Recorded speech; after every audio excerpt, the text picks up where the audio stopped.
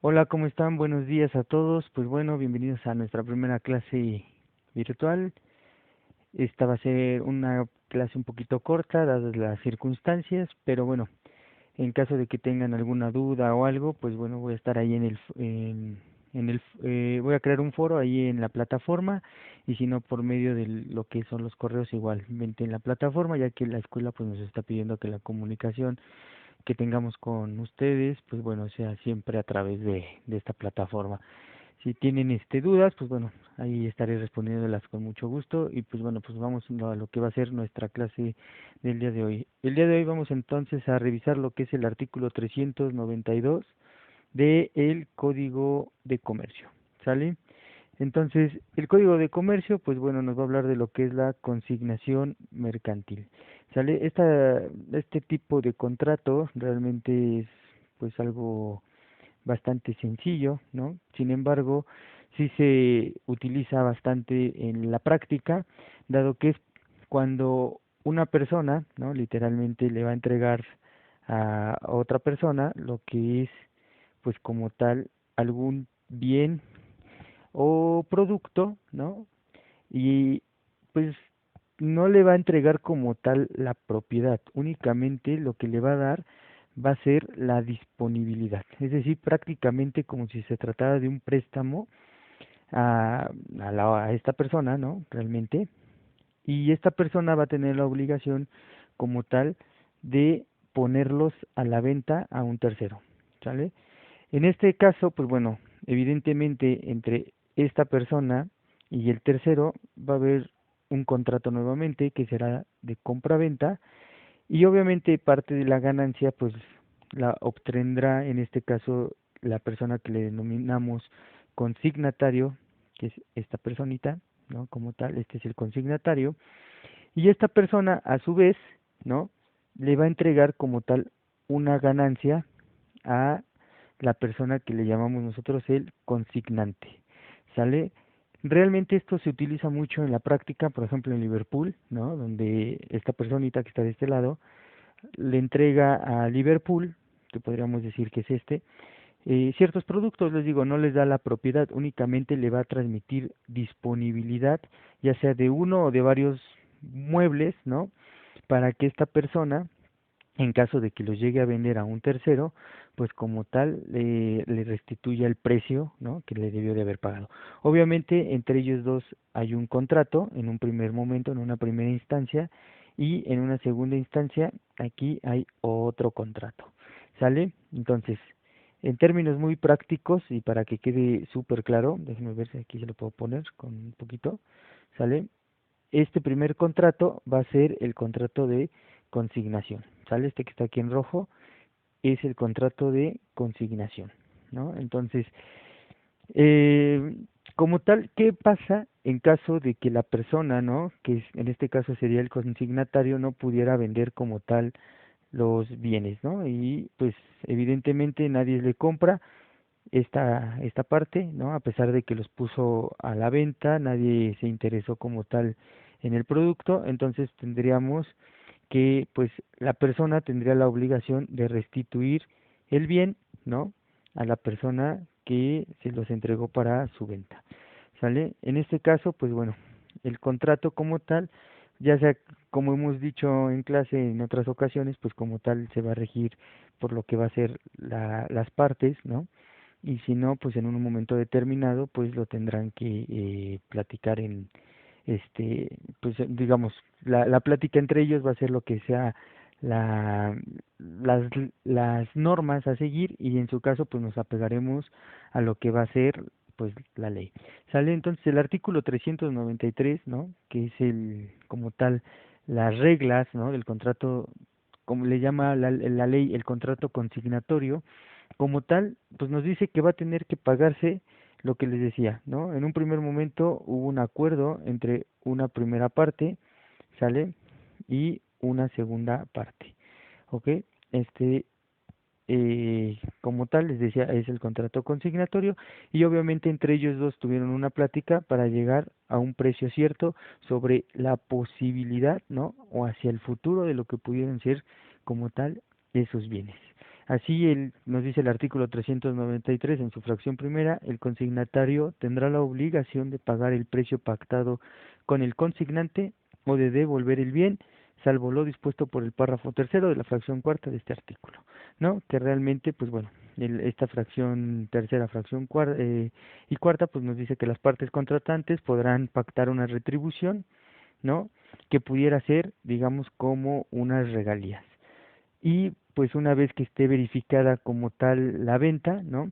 El consignatario tendrá únicamente 2 días hábiles para entregar la ganancia pactada. Es decir, en caso de que ellos no se pongan de acuerdo sobre en cuánto tiempo se tiene que entregar el dinero, la ley nos marca que van a ser 2 días. Es decir, una vez que se hace la venta, ¿no? Se tendrán 2 días para entregar lo que van a ser como tal las ganancias que se hubieran pactado en este caso, ¿sale? Y lo que decíamos, en la fracción quinta, en caso de que los bienes consignados no hayan sido vendidos, pues bueno, el consignante no podrá disponer de ellos y tendrá la obligación en todo caso de restituirlos a la persona que en su caso pues se los entregó como para su venta. Y pues bueno, pasamos como tal a las causas de terminación del contrato consignatorio, que realmente son pues bastante simples, ¿no? Es porque se ejecutó de forma correcta pues esta venta, ¿no? El vencimiento de un plazo pactado. Podemos decir que a lo mejor dijimos, ¿sabes qué? Te voy a dar X producto, ¿no? En lugar de, una vez que ya estamos pactados, no sé, te voy a dar pues un producto como tal y tienes 3 días para venderlo, ¿sale? Entonces el ahora sí, el plazo es de 3 días. ¿Y qué pasa si yo no lo cumplo en 3 días? Pues evidentemente, si no cumplo dentro de los 3 días, pues se tiene por vencida el plazo y pues tendré que, ya sea, pues restituirlo, ¿no?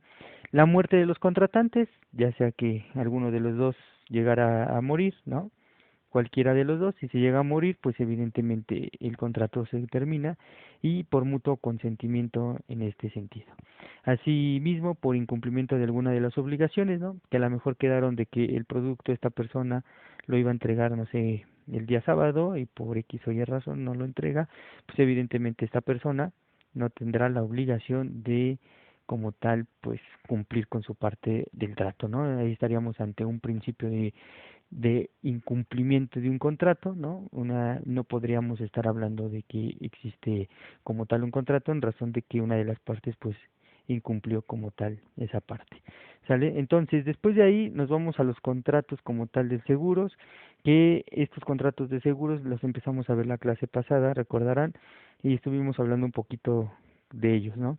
Entonces, afortunadamente, pues pudimos platicar un poquito de ellos, porque como les decía, es un poquito más complicado tratar de explicar estos contratos, ¿no? Que empiezan realmente en el artículo 395. Si ustedes revisan su código de comercio, como tal, el artículo 309, bueno, como tal, todos los contratos de seguros están totalmente derogados, porque pues ya existe una ley como tal de seguros en esta parte. Y pues bueno, pasamos entonces nuevamente a lo que va a ser el artículo como tal, déjenme checar, el artículo 300, no es cierto, 449, ¿sale? Y nos habla entonces de los contratos y de las letras de cambio que nuevamente también, como ustedes observan, están derogados. Sin embargo, nosotros los vamos a abordar de manera muy rápida porque ya tuvimos la oportunidad, o ustedes ya tuvieron la oportunidad de conocer estos contratos como tal dentro de lo que fue la materia de títulos y operaciones de crédito. Y recuerden, las letras de cambio, según la ley de títulos y operaciones de crédito, seguirán exactamente las mismas reglas, ¿no? Para lo que son los pagares. Entonces, cuando hablamos de lo que es eh, letras de cambio y pagares, pues prácticamente estamos hablando de sinónimos. Sin embargo, pues sí existen ciertas diferencias, ¿no? En ese sentido, ¿sale? Pero entonces, del artículo 449 en adelante está derogado, pero debemos de recordar, pues como tal, ciertas reglas en particular sobre cómo funcionan estos títulos de crédito. Recuerden que los títulos de crédito, ¿sale? Son documentos literales e independientes, ¿no? Recuerden que lo literal es, ahora sí valga la redundancia, ¿no? Lo que dice, el documento, ¿sale? Si aquí dice que el documento van a ser 5,000 pesos, literalmente son 5,000 pesos. No se presta, oye, es que me equivoqué, es que no sabía, etcétera. Dice 5,000 pesos, son 5,000 pesos. Y dice que lo debe la señora Guadalupe lo debe, no lo debe su hijo, no lo debe el esposo, la persona que haya firmado es eh, la persona que queda como tal obligada. Y lo que les decía, pueden ser independientes o también pues lo podemos llamar autónomos como tal. ¿Sale? ¿A qué se refiere autónomos? Que no implica, o digo, que no importa como tal de dónde nació la obligación, simple y llanamente la obligación existe y por ende la tienen que cumplir. Entonces, a nosotros no nos interesa de dónde haya nacido la obligación, ¿no? Si, oye, es que sabes que yo firmé estos pagarés, yo firmé estas letras de cambio, porque había un contrato anterior y por eso lo firmamos. Pues realmente al juez no le va a interesar si hay otro independiente, no le va a interesar si hay algún otro documento, simple y llanamente, pues tú firmaste un pagaré, una letra de cambio y pues bueno, te estás obligando en términos de lo que marca pues como tal la Ley General de Títulos y Operaciones de Crédito en ese sentido y pues bueno, hay que tener bastante cuidado en lo que van a hacer entonces estas clases, es lo que son estos títulos de crédito.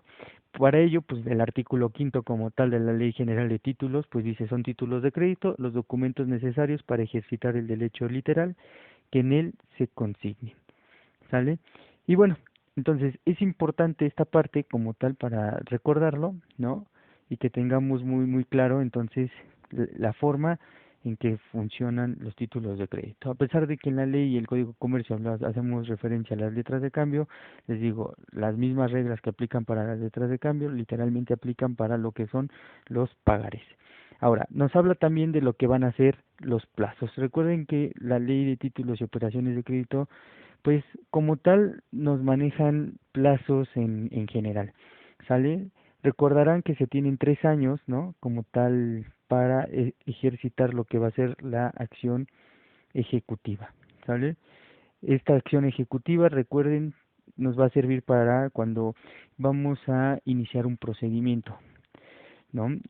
Recordarán que empieza con, normalmente un procedimiento ordinario inicia con una demanda, una notificación, después viene la contestación, la parte de pruebas, los alegatos y al final viene lo que es la sentencia, ¿no? En esta parte, pues como tal, ¿en qué cambia o en qué varía lo que va a ser los títulos ejecutivos, ¿no? De ahí viene que son ejecutables en este sentido, de que hay una demanda, pero al momento de notificar también va a existir lo que nosotros conocemos en derecho como el embargo.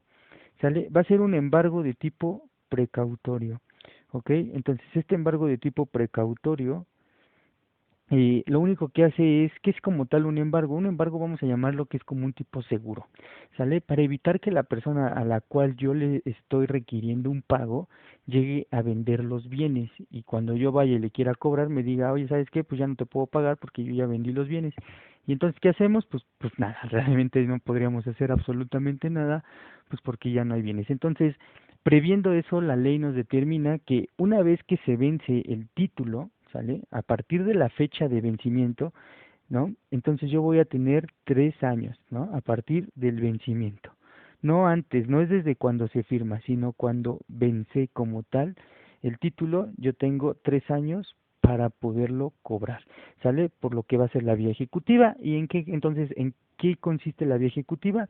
Tenemos que va a iniciar todo con una demanda y al momento de ir a notificar y emplazar, yo le voy a requerir el pago, ¿sale? Entonces, en esta partecita se llama, es un auto como tal de exequendo. Este auto de exequendo, ¿en qué consiste? El auto de exequendo, ¿sale? Entonces va a consistir en primero, como tal, lo que les decía, es requerir pago. O sea, le voy a decir paga, ¿no? Me tienes que pagar la cantidad. Oye, pero es que no tengo el dinero en este momento. Pues lo siento mucho, entonces voy a proceder a hacerte un embargo precautorio. Y nuevamente, ¿no? Yo te doy la oportunidad de que te defiendas mediante lo que va a ser una posible contestación. Pero estamos ante la presencia de un juicio de carácter ejecutivo, ¿sale?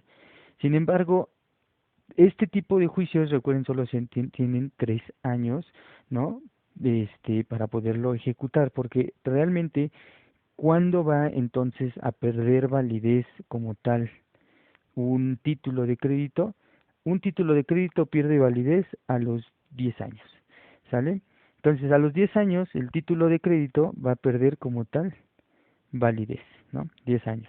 Y entonces ya no estaríamos ante la presencia de un juicio de carácter ejecutivo, sino estaríamos ante la presencia ya como tal de un juicio de carácter ordinario, ¿sale? Y entonces estaríamos apegándonos a lo que es la demanda, ¿no? La notificación, la contestación, las pruebas, los alegatos y las sentencias, y entonces, pues por obvias razones no hay ni embargo precautorio, ni auto de exequendo, ni requerimiento de pago. Estaríamos hablando de que estaríamos tratando, ¿no?, de cobrar de manera normal el asunto, con los riesgos que implica este tipo de juicios, porque ¿qué puede pasar, no? Que yo al momento de que demando, ¿no?, y le notifico a esta persona, pues esta persona agarra y se deshace de los bienes, ¿no? Los vende, los enajena, los regala o a ver qué hace, y al momento de que obtengo una sentencia que me favorece, pues cuando voy y le requiero, lo único que encuentro pues es aire, porque ya esta persona ya se deshizo como tal de todos sus bienes y pues bueno, pues me quedé literalmente nada más viendo, ¿no? Entonces, estas son lo que va a ser como tal el plazo para poderlo cobrar, ¿no? El plazo y que tiene que ver con lo que se llama como tal los vencimientos. Y recuerden, se recuerdan, también habíamos visto en clase, ¿no? De cierta forma, de que los títulos como tal son los únicos que se endosan, ¿no? Entonces es importante que tengamos muy claro que los títulos son los únicos que se endosan y por eso el artículo 447 habla sobre los endosos en las letras de cambio, pero realmente hablamos de endosos en lo general, ¿no? Y recordemos que tenemos 3 tipos de endoso. El primer endoso se llama en propiedad, el endoso en procuración y el endoso como tal en garantía, ¿sale? Este endoso en garantía, este endoso en propiedad y en procuración, realmente tienen diferentes funcionalidades, ¿no? Lo que es la propiedad, pues literalmente le estoy dando como tal, valga la redundancia, la propiedad, el uso, el goce, el disfrute y todos sus accesorios y demás, ¿no? Del título, como tal, lo convierto en el nuevo dueño, ¿sale? Entonces, esta persona al momento de endosar, lo convierto en dueño. En procuración podríamos llamarlo que es como en representación, ¿sale? Esta parte de que yo te endose en procuración únicamente te da representación, no es tuyo, solamente me estás haciendo como tal la gestoría. Y en garantía, pues su nombre lo indica, ¿no? Yo estoy garantizando, ¿no? Estoy asegurando un posible pago. Entonces, normalmente cuando se da esto en garantía, cuando yo le quiero entregar a alguien, a lo mejor alguien me va a prestar y le digo, ya sabes qué, pues es que no tengo, ¿con qué me garantizas? Pues mira, a mí también a su vez me debe, ¿no? Me debe esta persona y pues tengo un pagaré o una letra de cambio y pues te la endoso. En caso de que yo no te pague, pues puedes cobrar en mi nombre ese dinero, ¿no? Como tal es en garantía, prácticamente ya no se usa y pues bueno, en esta parte es lo único que tenemos que hacer. Recuerden esto de los endosos, ¿no? Como tal que ustedes ya conocen, eh, se ponen por la parte de atrás, ¿no? Del documento y ahí es muy importante que pongamos qué tipo, ¿no?, de endoso estamos realizando para que no vayamos a tener alguna circunstancia, algún problema, porque si no se entenderá. ¿Qué pasa si yo no le pongo qué tipo de endoso estoy realizando? Se va a entender que es en propiedad, ¿sale? Si a mí se me olvida endosarlo, automáticamente, digo, anotarle qué tipo de endoso es, automáticamente se entenderá que estoy endosando en propiedad. Entonces, con la pura firma, ¿no? Si yo ahorita en este momento hago una firma, ¿no? Yo con esto literalmente estoy endosando. ¿Qué tipo de endoso? En propiedad. Habría entonces que anotar el tipo de endoso y algo muy importante también, ¿no? Que sería las fechas, ¿no? ¿Cuándo lo estoy endosando? Para que si en algún momento determinado ese documento vuelve a ser endosado y a su vez endosado, etcétera, etcétera, podamos tener una trazabilidad de quién es el dueño al final. Y por ende se requiere que se ponga la fecha, ¿no? De cuándo se endosa para que pues podamos tener, como os comentaba, esa trazabilidad. Si no, pues únicamente pues vamos a tener un problema y hasta donde nos dice la ley, ¿qué pasa si se pierde la trazabilidad? Pues en un momento determinado el tenedor, ¿no? Dice la ley, el tenedor será el que tenga la presunción de la propiedad del título, pero si hay algún conflicto, pues evidentemente el último que aparezca con su firma será el dueño. Entonces, es importante que si lo pongamos, ¿no? ¿Y qué nos dice la ley sobre cómo hay que endosar en este sentido? Pues literalmente lo que tendríamos que hacer sería anotar el nombre, ¿no? Del nuevo, voy a llamarle el nuevo titular, ¿no? El tenedor, ¿no? Que es el nombre jurídico, legal y correcto, que sería el tenedor, ¿no?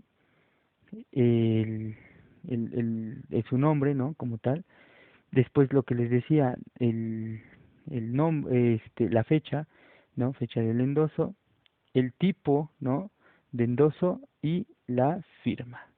Entonces, podríamos decir que estas son las formas de endosar adecuadamente, ¿no? En este sentido, incluso por costumbre, pues se pone el que está endosando, ¿no? ¿Quién endosa, ¿no? Endosa y a quién, ¿no? Que les digo es como tal el tenedor. ¿Y a quién? Ahí como que se perdió un poquito, que sería como tal, pues el tenedor, ¿no? Esta sería la forma correcta, pues, de lo que serían los endosos en esto de los títulos de crédito y pues podríamos pasar entonces a lo que son los famosísimos avales. ¿Y qué es como tal entonces un aval? Un aval como tal va a ser una persona que se va a obligar de manera solidaria, ¿no? Entonces, ¿qué significa ser solidario? Que esta persona, vamos a decir, es el deudor principal. Pero aquí atrásito tiene un aval, ¿no? Entonces, y obviamente estas dos personas van a tener lo que va a ser un acreedor, ¿sale? Entonces, este acreedor, como tal, en su momento va a poder ejercer una acción. ¿Qué tipo de acción va a ejercer? Pues es una acción legal, evidentemente, pero es una acción que el derecho le ha llamado acción cambiaria directa. Esta acción cambiaria directa, ¿para qué nos va a servir? Es, te voy a cambiar literalmente el pagaré que me dejaste, ¿no? Por dinero en efectivo, ¿no? Para que lo podamos entender. Y yo también puedo cambiar de forma directa a quien yo quiera. ¿A qué se refiere entonces esto de cambiaria directa, ¿no? Como estamos ante una obligación de tipo solidaria, entonces la persona puede elegir demandar a su deudor principal o puede en su momento demandar elegir al aval. Hay algunos juzgados, ¿no?, que en la práctica, de manera irresponsable, dicen primero demanda al aval, primero demanda al deudor y después demandas al aval. La realidad y la ley determina y dice, tú como acreedor puedes decidir a quién cobrar, ya sea primero al demandado, ¿no? Como tal, y si en su caso el demandado no te quiere pagar, pues podrás irte contra el aval. Pero también, ¿qué sucede si yo sé que el deudor principal no tiene dinero? Pues me voy directamente contra el aval. Pero también me da la opción de irme al mismo tiempo contra los dos, ¿sale? Entonces, o puedo demandar al aval, o puedo demandar al deudor principal, o puedo demandar a los dos, pero quien debe de elegir es el acreedor, no el juzgado. Pero bueno, en la práctica, normalmente el juzgado nos pide que el deudor sea la persona, perdón, el acreedor primero demanda al deudor y luego al aval. Pero entonces esto se llama acción cambiaria directa. ¿Sale? Y entonces, ¿por qué les digo que de manera irresponsable los juzgados nos piden hacer esto? Porque hay una acción que también se llama acción cambiaria, pero ahora tiene un nombre diferente, que se llama envía de regreso. Envía de regreso. ¿Y qué significa la vía de regreso como tal? ¿Sale? Ya quedó claro, el acreedor pudo haber cobrado su dinero, ya sea al deudor principal o al acreedor, ¿no? Pero la figura aquí importante es, o lo importante es lo que les decía, que es la parte de ser solidario. Aquí ya como tal el acreedor ya no nos interesa, porque el acreedor ya terminó. Entonces me voy a centrar en estos dos, ¿sale? Los voy a volver a dibujar a estos dos, ¿sale? Este es el deudor como tal, y aquí está su aval. Entonces, ¿qué pasa si el aval fue el que pagó, fue el que dio el dinero, ¿no? Pues evidentemente él se siente lastimado, ¿no? Y dice, oye, ¿sabes qué? Yo tuve que pagar tu deuda a un tercero, ¿no? Que por acá ya el tercero pues ya está desapareció, ¿sale? Entonces, ¿qué puedo hacer? En la vía cambiaria, la acción cambiaria en vía de regreso, literalmente ahora yo soy tu nuevo acreedor, ¿no? De ser aval me convierto en tu nuevo acreedor y ahora tú te conviertes también nuevamente en mi deudor, porque realmente el de la deuda eras tú, yo solamente respondía de manera solidaria, pero ahora yo quiero que tú me regreses ese dinero que tú no me quisiste pagar, o mejor dicho, que yo pagué en tu nombre y por eso se llama en vía de regreso, porque ahora te voy a regresar, ¿no? La demanda que yo tuve que pagar.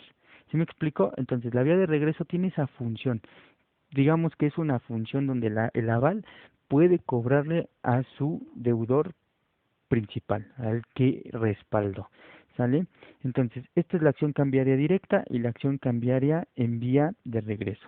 Evidentemente, la forma de pago, pues al momento de pagar, pues se tendrá por cumplida y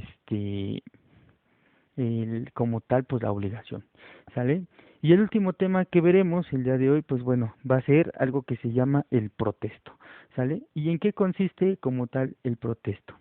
El protesto va a ser como un tipo, voy a llamarlo un tipo de sanción, no es que sea una sanción como tal, ¿sale? Pero es una forma donde el deudor va a ser castigado por no pagar en tiempo, vamos a llamarle que es como un interés adicional, ¿no? Entonces, esta persona es su acreedor y este es el deudor, ¿sale?